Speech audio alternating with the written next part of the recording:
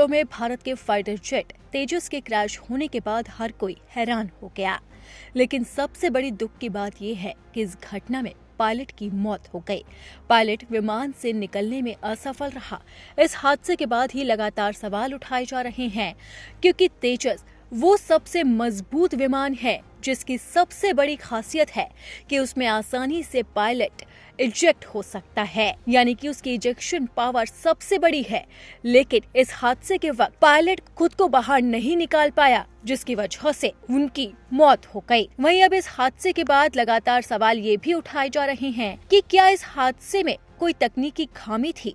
इन्हीं सवालों के बीच अब इंडियन एयर फोर्स ने इस हादसे की जांच के आदेश दे दिए हैं। तो अब समझना ये जरूरी होगा कि इस हादसे की जांच किन किन एंगल से होगी। भारतीय वायुसेना की ओर से जानकारी दी गई है कि हादसे के कारणों की जांच के लिए कोर्ट ऑफ इंक्वायरी गठित की गई और इसके अंदर अब 4 तकनीकी पॉइंट से जांच की जाएगी। ये पॉइंट है टीम उड़ान प्रोफाइल, तकनीकी डेटा, मौसम की स्थिति और अन्य सभी पहलुओं का परीक्षण। जांच टीम इन 4 ही पॉइंट्स को ध्यान में रखते हुए ये तलाशेगी कि आखिरकार इस हादसे की वजह क्या है। तेजस जो भारत में विकसित एक प्रमुख अत्याधुनिक लड़ाकू विमान है, कई अंतर्राष्ट्रीय एयर शो में अपनी क्षमताओं का प्रदर्शन भी कर चुका है। दुबई एयर शो में ये विमान भारत की तकनीकी क्षमता और रक्षा निर्माण शक्ति का प्रतीक बनकर हिस्सा ले रहा था। लेकिन अचानक से ऐसा क्या हुआ कि ये विमान आसमान से सीधा जमीन पर गिर गया और आग के गोले में तब्दील हो गया। वहीं इस हादसे को लेकर रक्षा मंत्री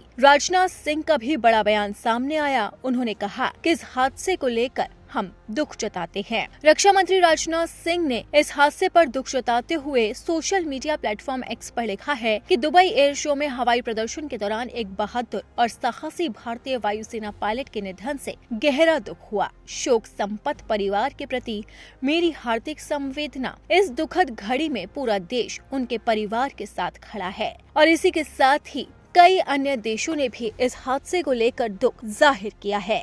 लेकिन सवाल यही है कि आखिरकार ये हादसा कैसे हुआ। इस हादसे को लेकर शक अमेरिका पर भी जा रहा है। अब ये तो जांच के बाद ही साफ होगा कि आखिरकार इसकी वजह क्या है।